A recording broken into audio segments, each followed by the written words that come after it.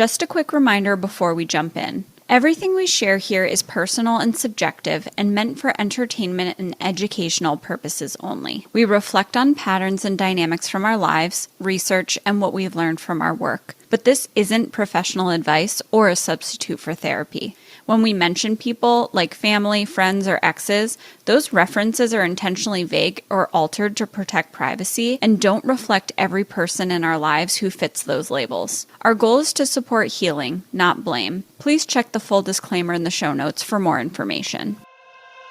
Welcome to Self-Centered, the podcast that's all about you. We're your hosts. I'm Allie, a therapist and life coach. And I'm Katie, a fitness coach and personal trainer. We know what it's like to feel burnt out, taken for granted, and like your life revolves around everyone but yourself. By learning to trust yourself, prioritize your needs, and set healthy boundaries, we help you break free from guilt, overfunctioning, and toxic patterns that keep you stuck in relationships and a life that doesn't truly serve you.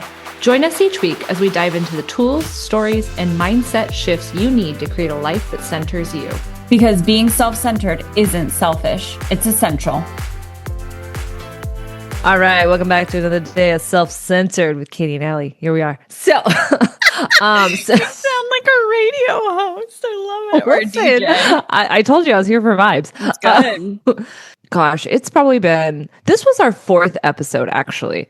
I went back and I looked at it and I thought it was like episode 16 or 17, and it was episode 4. That was so many months ago. That was so many episodes ago. It feels like another life. It does. So Allie and I were talking about, okay, well, what do we want to talk about this week? And life has changed a lot for both of us, and it's going to continue to evolve. And so we thought it would be really great to touch back on the 8 dimensions of wellness and to do kind of a check-in.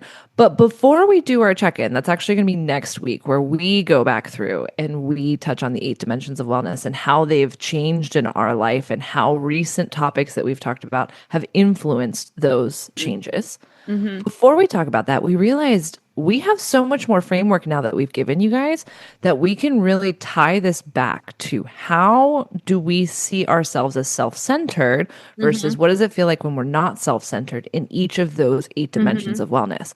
So if you haven't listened to the 8 dimensions of wellness, that was episode 4. Yep. You're going to hear a little quick recap of each of those dimensions of wellness today. If you want to see where we were 7-8 months ago, go back and listen to episode 4. But today we're going to talk about the 8 dimensions of wellness in a condensed form, and then we're going to connect them back to how do we feel them when we're self-centered versus what do they feel like when we're not self-centered. Exactly. And then next week, you're going to hear the details of where we are right now. Yup. And even earlier, episode 2, we talked about staying in your seat, which is how we stay self-centered. When we say staying self-centered or staying in your seat, it's really the same thing. It's just that staying in your seat is an analogy and a way that you can think about it. We also have lots of analogies for understanding staying in your seat. So, we are visual people. Yeah. So it helps to have a visual, have something that you can like more tangibly grasp and be like, oh, okay, does it feel like I'm doing this other analogy thing? Exactly. Yeah, because the more concrete we can make it for ourselves and for you all, the more you can actually use it and integrate it in your life. So we'll do a quick recap of all of that. And then we'll talk about, so we'll do a quick recap of staying in your seat, the 8 dimensions of wellness, and then what does it look like to stay in your seat, aka be self-centered in each of the dimensions of wellness. And then next week, you're going to hear about us and what we have done to become more self-centered over the last, what has it been then, 8 months? I know. It's been 7 to 8 months. That's what I'm saying. I'm like, whoa. Oh my God. Yeah, we're like 30-something episodes in. I'm excited for episode 100. I mean, 52 is going to be good. That's like a whole 52 year. will be exciting. We should throw a little party. I know. We should. Yeah, it'll be fun. Have some guests or something on. Ooh, yeah, that'll be fun to plan for. So we're going to start with staying in your seat. Staying in your seat is how you protect your well-being across all of these dimensions of wellness that we're going to talk about. Staying in your seat maintains your self-regulation. It helps you stay discerning around how far am I from my seat or from my center where I am the most well, and do I need to set or maintain boundaries for myself or for other people in order to keep myself as close to my seat as possible, or ideally sitting in my seat.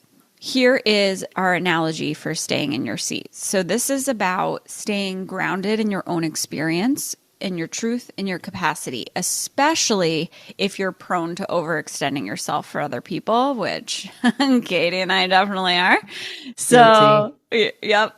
It means honoring your limits, checking in with your body, and making choices based on what you have the energy, the desire, the bandwidth for, rather than constantly abandoning yourself to meet other people's needs or other people's expectations or societal conditions of worth that you have internalized. So here's the analogy. You're sitting in a chair. From that chair, from that seat that you're sitting in, you can reach out your arm and you can help someone, or you can do a thing that you want to do in your life. Like maybe I want to go get a doctorate, right? Okay, well, I can go get a doctorate if it's within reach while I'm sitting in my seat and I reach out my arm, right? As long as I am not getting up out of my seat, walking over and trying to hold someone's hand, or I have to walk away and go into hundreds of $1,000s of debt for a doctorate and not make any money, and I have no savings, right? So I probably can't do that, right? If I do that, if I get up out of my seat and I walk away, you lose your grounding. You lose your stability, right? When you're in your seat, your center of gravity is a lot better, right? It's if strong winds come in your life, if shit hits the fan in your life and there's some crisis, you are not going to lose your stability. You're grounded.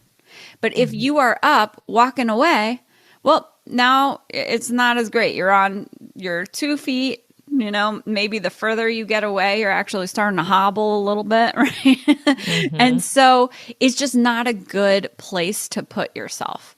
You want to stay grounded. And if you're not, you're more vulnerable. You're vulnerable to burnout. You're vulnerable to resentment. So going back to our communication styles episode, right? If you stay passive by not setting these boundaries assertively to stay in your seat, then you get up and walk away from your seat, and then you get resentful because I am doing these things that don't take care of me, and don't they see everything that I'm doing for them? And yet I'm over here really struggling because of them. Well, hard truth, you're struggling because you got out of your seat. Oof. Right? I know. Sorry, guys. We've been here, though. Like, we are not saying this, not being able to relate to it. We completely relate to this. Everything that we're teaching you is from our hard-earned experiences. So, yeah. And also, when you're in your seat, you are connected to what you need. You're like, okay, this is me feeling well. And if I start to not feel good, then I can tell, right? Something's up, something's off. I don't feel grounded. But if you have abandoned yourself and you've been out of your seat and you've been unstable for so long and you've had no grounding for so long, that becomes the new normal and you don't even know what you need anymore. Staying in your seat is staying self-centered. It is staying grounded in what you need, what takes care of you. And it doesn't mean that you don't give. It doesn't mean that you don't take care of other people. It just means that you only do that when it doesn't cost you your wellness, your center, right? It doesn't cost you your bandwidth, right? You give from overflow. You give from being grounded. So what you can do for others isn't, well, I could do that, but I'm going to be hobbling around exhausted. And if the wind blows a little harder, then I'm screwed. No. What you can do for other people is what you can do for them while staying healthy and well. And that's what being self-centered is. That's what centering yourself is. And by the way, being self-centered also means that we respect that other people have seats, other people have centers, and they need to stay self-centered. Right? Yes. So that makes it a little bit easier to not take it personally when other people set boundaries because it's not against us, it's for them. It's for them being able to stay in their seat. And the beautiful thing is that when you can be in relationship with other people who are in their seat and you're in your seat, you are both firing on all cylinders, doing effing awesome, and you just get to enjoy each other instead of being in like constant crisis and having to abandon yourself for the other person. And, you know, this is what this podcast is about. This is a small analogy, right? Go back to that episode because we talk about other things related to staying in your seat, but that's just your little recap. So we're moving closer to talking about the 8 dimensions of wellness. But before we do, we are going to add even more concrete understanding and clarity here, right? There's your seat. That's where you're the most centered. We want you to now think of a dartboard. When you're at the bullseye, you're at your center. You're in your seat. You feel energized, you feel balanced, you're full of joy, you're most yourself. You're not surviving, you're thriving. Best life ever. Then move out from that. That's the middle ring of the dartboard. You're in a holding pattern. You're surviving, but you're not thriving. You have just enough resources to get through the day, whether that's internal, like my energy and bandwidth, or that's like literally money, right? Because we'll talk about dimensions of wellness, financial dimension of wellness. You might not be at your bullseye. You might be further out. So you have just enough resources to get through the day, but not enough to grow or to feel fulfilled. And then there's the outer ring, the outermost ring. You're struggling. You're drowning. The middle ring's like you're treading water. The outer ring, I'm drowning. I'm struggling. I'm really struggling to survive. I'm not really surviving. I'm like just hanging on by a thread. I'm exhausted, possibly in debt, emotionally, physically, literally. You feel like you're getting pulled under by the current, by your life, by your own patterns. And Katie, when we came up with this, said, well, let's give them points. Bullseye's 10 points. And there's 8 dimensions of wellness. So ideally, you can have 80 points. But also life is life. So we want to be clear that all of this is a concept that helps you conceptualize what your center looks like ideally. So you can kind of assess how far or within your center you are. And you can make choices that protect you being at your center, keep you from getting further from your center, or help you get back to your center. It's not an actual, you're going to get 80 points for the rest of your life, every minute of every day, forever, right? Like life happens. And if you go back and listen to episode 4, you'll hear that there are some dimensions of wellness where like literally we'll never be at the bullseye because of circumstances outside of our control. Bullseye is 10 points. Middle ring is 5 points. Outer ring is 1 point. And so if you wanted to, you could go through and add them up. And when we did that episode, we mentioned, what if you're not even on the board? We were talking about your situation where you literally had no control over your financial situation, none whatsoever, because you were being financially supported and you were told that you needed to do that. Yeah. And you couldn't contribute to that at all. So you don't have on the influence. Board. Yeah. You have no influence whatsoever. And that was just a straight 0. Right. Yeah, true. And so there might be some situations based on your experience and situation in life where you literally have no control. Not that there's so much impacting me that it feels like I can't put influence, but that, okay, I physically cannot. Like there is no way for me to change this. Yes. Yeah. Yeah. And then a last analogy, because, you know, we like to give options for whatever resonates with you most. You can think about it as a bank account. Right? So when you're centered, you're saving and you're investing.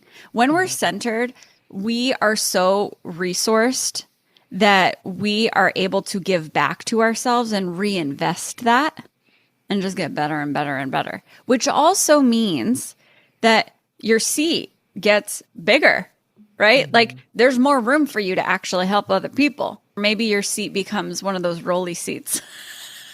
Rolly seats? Yeah, like a desk chair, like a computer like chair. A roller chair. Yeah. Yeah. Okay. So you can move. So you can move. You got wheels. Your bullseye got bigger, baby.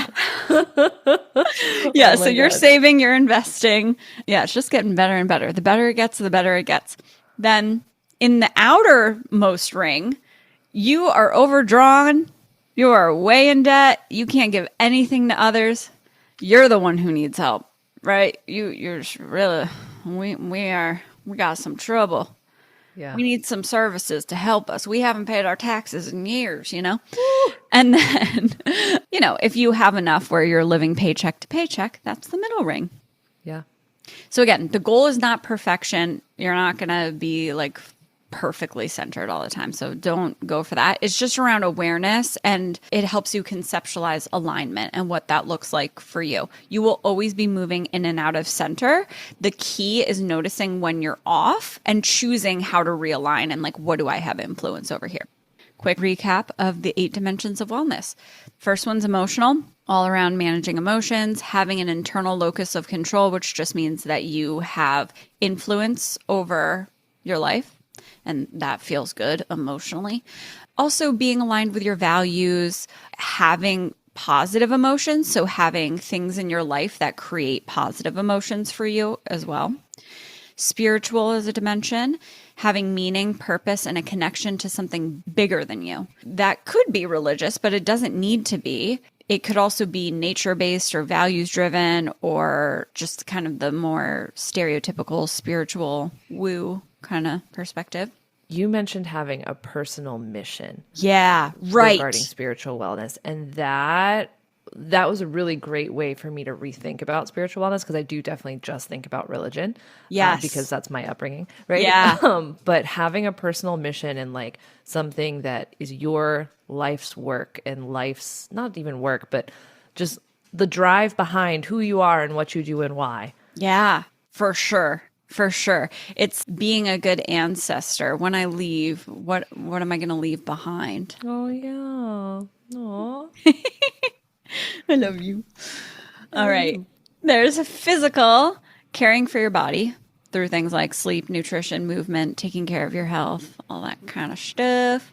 There's social wellness, which is having secure mutual relationships, having healthy boundaries, avoiding guilt-based or one-sided dynamics. There's financial wellness, security, stability, ability to use money to support other wellness dimensions and to meet your needs. Occupational wellness, fulfilling work that aligns with your values and allows for balance. Intellectual wellness, curiosity, learning, stimulation, and problem solving.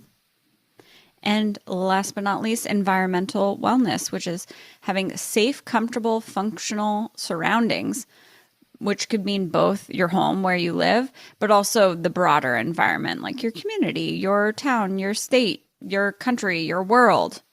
I think that's actually a really good example of we are not centered in environmental wellness if we broaden this to the world right now. I mean, we only have so much control over that. We have probably a lot more control over our home wellness, but there's factors that go into that too that might be outside our control, like the people that we live with or what we can afford. So now we're at the place where we got to talk about what does it look like to stay in your seat, to be self-centered in each of these dimensions. All right, emotional wellness. Staying in your seat helps you stay rooted in your feelings instead of over-identifying with other people's emotions or their needs. I think of it as I am in my body experiencing how I'm feeling and experiencing situations in my life from my point of view. So if you think of that movie Inside Out, it's like, I'm the one behind my eyes, whereas when we are not in our seat, when we're not self-centered here, we're behind someone else's eyes. We are seeing ourselves through their eyes, through their belief systems. And if they have a lower maturity level, if they have a weak ego, we're taking that on and we are seeing ourselves through that. And that really can break us down and make us feel awful. So staying in our seat and staying with our experience is really, really important. And what does this do for us when we stay in our seat here with the emotions? Well, it prevents emotional burnout and resentment. It allows space for validating ourselves, and it makes room for the things that make us feel good, like rest, like joy, like hobbies that are important to us, and relationships that matter to us. And a lot of these overlap too, because emotional wellness can be improved with good physical wellness, right? Exercise definitely improves mood. It's key. Emotional wellness, feeling good. I think we talk about it in our culture, in our society, as feeling good is a luxury. It's a want, not a need. It's not, though. It is a need. In order to be able to regulate our emotions and be resilient, we need good feelings because that's a buffer for stress. And that allows us to be able to stay grounded and regulated. And as we know, I mean, so many episodes where we talk about how emotion regulation contributes to so much. The most recent one that we did related to that was the communication styles. Oh, and the trust, right? That if you have the skills and the capacity to regulate your emotions, you're also able to be more trustworthy, which is going to improve your relationships. And it's going to allow you to engage in an assertive communication style, which is also going to improve your relationships. And trust and being assertive also helps you protect your boundaries, which helps you stay in your seat. So emotion regulation, emotional wellness is not a want, it's a need. And that means that you got to be happy. Okay? Prioritize your happiness. You can say no to someone because you got to do something that makes you happy because you're not getting out of your seat.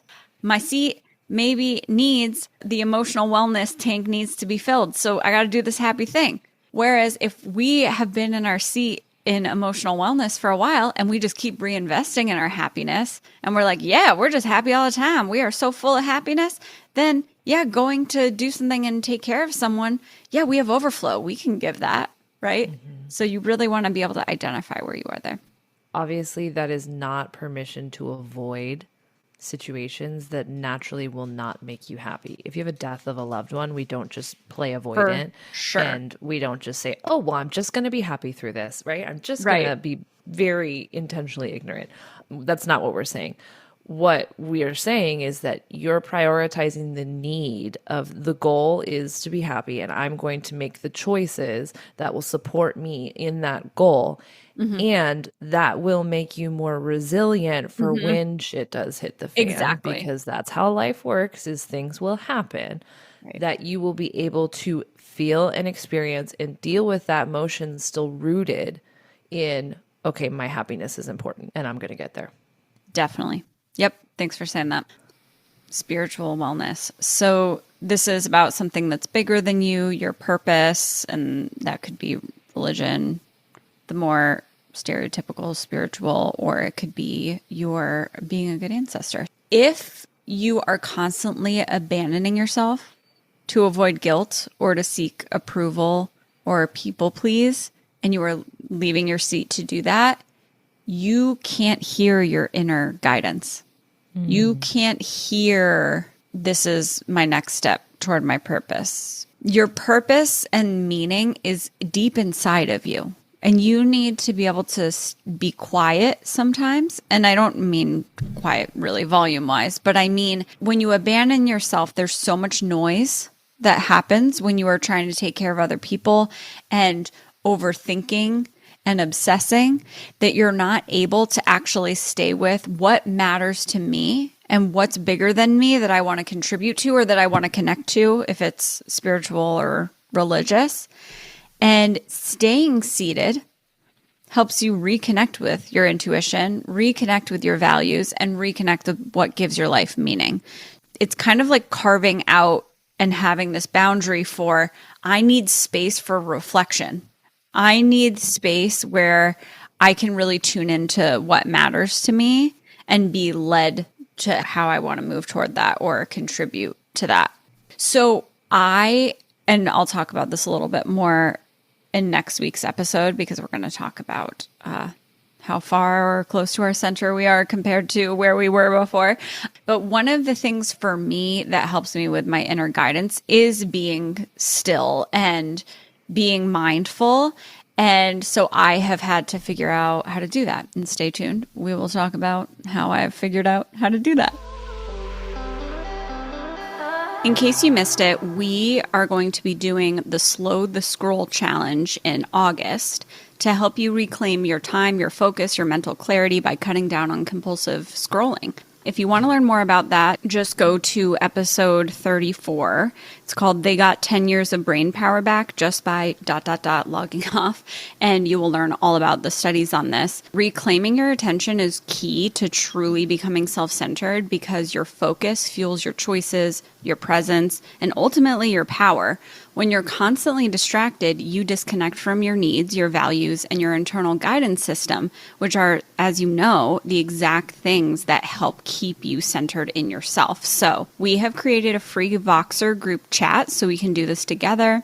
It's a space for accountability, support, and real connection while we build the habits that help us feel more grounded, energized, and intentional. If you want in, you can either DM us on Instagram at selfcentered.pod, or you can email us at selfcenteredthepod@gmail.com and we will send you the link. It's completely free. You might even win a little something, a little surprise prize. We would love for you to join us as long as it isn't the end of August yet. It's still going on and you can still sign up. And we hope to see you there.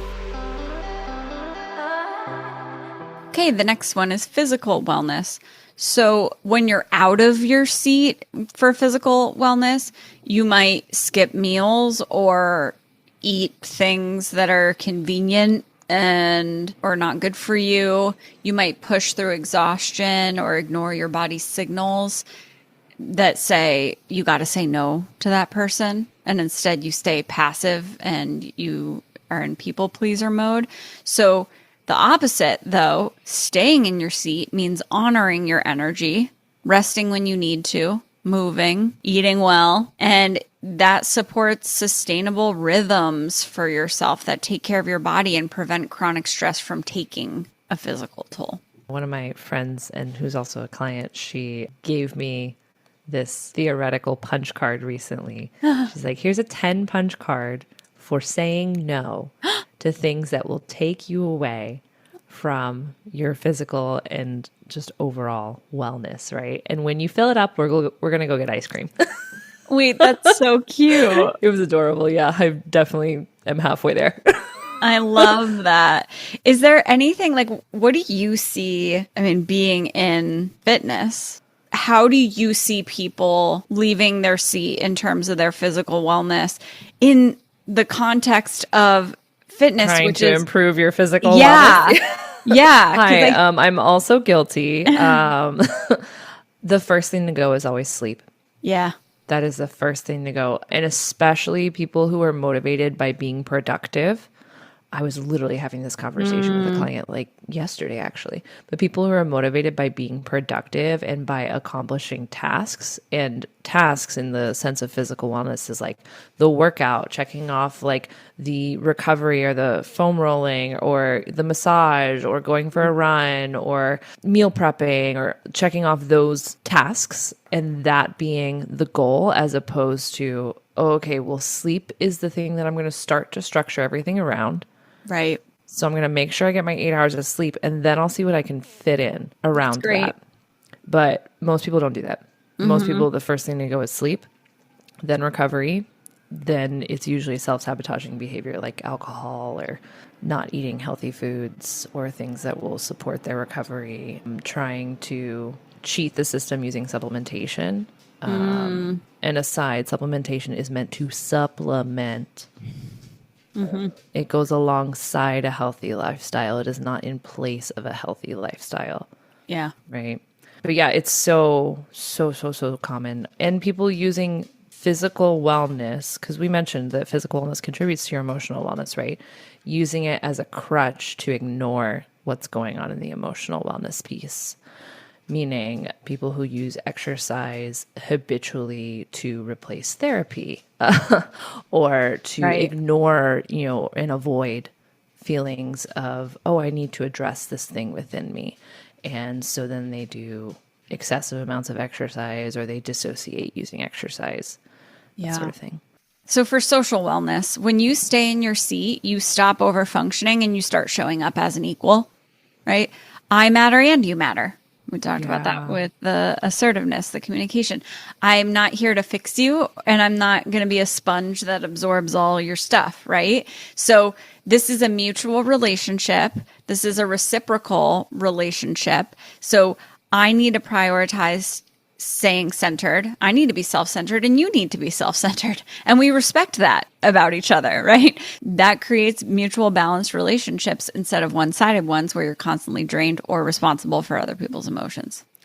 That, when I think about that and I visualize, because I feel like only in the last year have I really internalized that within my relationships. We'll talk more about that in social wellness later, but it feels so good to not have to overthink relationships. Yeah. Because you're not trying to put yourself constantly in that person's experience and not trying to meet their needs without meeting your needs and not overthinking every interaction that you have with other people. That's so freeing. Yeah. And it also feels so good to know that that's not happening on the inverse and that you're not overperforming or you're not having to second guess your own actions. Yes. And what people are perceiving about that because you have mutually beneficial and secure relationships. Right. So much peace. Holy shit. Oh, yeah. Oh, Wild. I love it. I love it. Yeah. 100%. And the way that we use the term self-centered is different than the derogatory way that it's used in our culture. Right. And so to say, oh, the best relationships are two people who are self-centered, it probably sounds weird, but when you think about it this way, it makes so much sense. Yeah. Yeah. Mm-hmm. All right. The next one is financial wellness. And when you stay in your seat, you stop making money decisions from guilt, fear, or people pleasing. And you start making them from clarity, self-respect, alignment. And so what does that look like? It looks like saying no to spending that drains you, right? Or isn't aligned with your values. So maybe it isn't people-pleasing situation, but I gotta rein in my impulses and make sure that this is aligned with my values and priorities, right? Mm-hmm. It could also look like charging what you're worth without overgiving, right? Yep, if you have your own business, it can look like investing in your future instead of buying things that you think you need, clothes or lavish vacations, just to feel Instagram worthy and cool enough, right? Mm-hmm. It also allows you to protect your time and energy, which protects your earning potential because it's taking care of you. You're the one working to make the money. And it helps you stay rooted in your values instead of reacting to social pressure to do something or fear of missing out, FOMO, because you know that I got to do what I got to do. And if my relationships are mutual reciprocal relationships like a self-centered boss has, then it's going to be fine. So financial wellness isn't just about saving more or earning more. It's about not abandoning yourself to do it as well. Okay. And obviously there's overlap there with occupational wellness. For occupational wellness, staying in your seat means knowing your worth, advocating for fair compensation, and choosing work that aligns with your energy, your values, and your goals, not just what other people expect of you. Yeah. So if you were pressured to be a doctor or a lawyer, any of those stereotypical jobs, and there's lots of people who were pressured into that, and they're, unfortunately very unhappy. It's sad. And I think this is one of the biggest versions of a midlife crisis we see is I chose this job. I went all in on this job because my dad wanted me to have it. And now I feel trapped in that, but you can always make another choice. And again, going back to being self-centered and staying in your seat is a concept. It's not something that you are actually going to 100% achieve all the time or maybe ever. If you are not in the bullseye and you're in the middle ring where you're like, listen, this job allows me to pay my bills. It allows me to have stability and financial security, but it's not my dream job. That's okay. And sometimes, a lot of the time, you need to actually hang out in that middle ring and kind of tread water, be in a holding pattern in order to then get to the center, if you're ever going to get to the center. Or maybe you say, you know what? This is where I'm going to be. I'm going to be where I make enough money. And it's not my favorite thing ever, but in the area of emotional wellness, I am really going all in on my hobbies. I love my family. I love my friends. And, you know, I have projects in like personal projects that align with my values. So there's other ways that I'm filling myself up. So this is a really good example of that. There's two things I want to say here. First thing, there's a friend that I know that their goal really embodies what you're saying right now, of that maybe you're not going to have the job that like literally is everything you've ever dreamed of, right? But it serves a greater purpose, right? Mm-hmm. This friend that I have, they have chosen to go into, God, it was a really niche field. It's like a cross between computer science and therapy, effectively, but it's combining AI tools. Oh, cool. Mm-hmm. Yeah. And like the evolution of AI tools and neurology relative to, it's a very, that's really cool.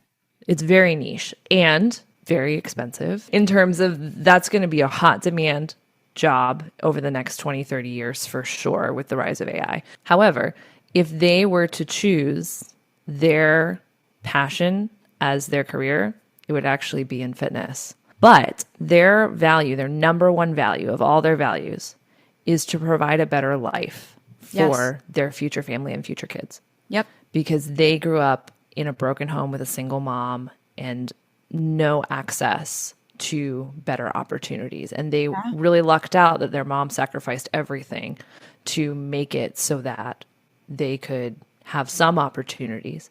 And then they found other ways in order to afford their education and whatnot. Mm-hmm. But their goal is literally, I'm going to do this job that isn't my first passion and isn't the thing that I would love to do for the rest of my life, because number one, above all else, I want to make it better for my kids. Yeah, for sure. And like, that's amazing. And that fills other parts of their dimensions of wellness. So they may never be at the 10 for occupational wellness. Right. They might be at like an 8. They might really like what they do, but every other spot for them has more capacity and more opportunity to be filled because of the choice they made there.